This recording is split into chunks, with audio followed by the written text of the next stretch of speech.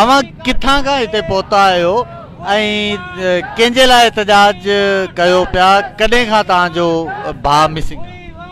जी असां लाड़काना मां पहुता आहियूं हिते हैदराबाद प्रेस क्लब ते। जीअं त 30 मई 2018 खां मुंहिंजो भाउ आकिब चांडियो लापता आहे, जंहिंजो हींअर को बि पतो नथो पइजी सघे। हुनजो कंहिं बि तंज़ीम सां को बि तालुक़ु न आहे, हू हिकु मासूम स्टूडेंट आहे। ऐं अपील थी कयां त उनखे जल्द सां जल्द जेको आहे त नोटिस वठी वञे, उनखे रिहा कयो वञे। मुसलसिल असांजा एहतजाज पिया हलनि था पर को बि रिज़ल्ट उतां कोन पियो मिले। केस बि हाई कोर्ट में हली चुको आहे पर इन मां बि कोई बि असांखे जेको आहे रिस्पॉन्स नथो ॾिनो वञे। असां मुसलसिल जेको आहे त जेखां वठी मुंहिंजो भाउ खंबियो वियो आहे त असां मुसलसिल जिदोजहद में रहिया आहियूं, पर हींअर ताणी आख़िर जे लाइ को बि पतो न पइजी सघियो आहे त आख़िर मुंहिंजो भाउ कहिड़े जुर्म में खंयो वियो ऐं छाजे लाइ खंयो वियो। अगरि हुनजो को जुर्म आहे त उनखे कोर्ट में पेश कयो वञे।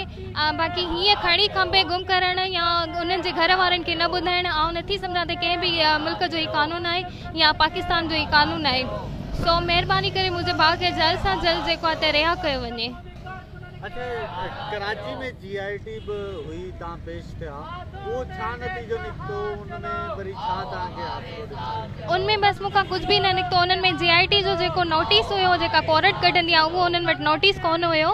सो जॾहिं उते उन्हनि खां पुछा कई वई त तव्हांखां जेको आहे त इहो नोटिस GIT जॾहिं ठही चुकी आहे, पहिरियां त हिननि चयो त असांजी सिर्फ़ु 7 GIT ठहियूं आहिनि, जंहिं ते उन्हनि मां चयुमि त उहो ग़लति आहे, असांजूं 7 न ठहियूं आहिनि, असांजूं 7 खां मथे GIT ठही चुकी आहे।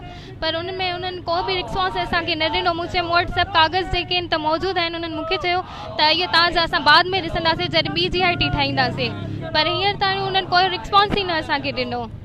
अच्छा, तव्हांजी लाड़काने में पेटिशन बि दाख़िल आहे, उन जूं ॿुधणियूं थियूं आहिनि, उन में छा चयो? उनमें कुझु बि न चवंदा आहिनि। बसि जेको आहे त कोर्ट हुकुम ॾींदी आहे, GIT ठहंदी आहे, GIT खां बाद में जेको आहे त उन्हनि कुझु बि असांखे न जवाबु ॾिनो वेंदो आहे।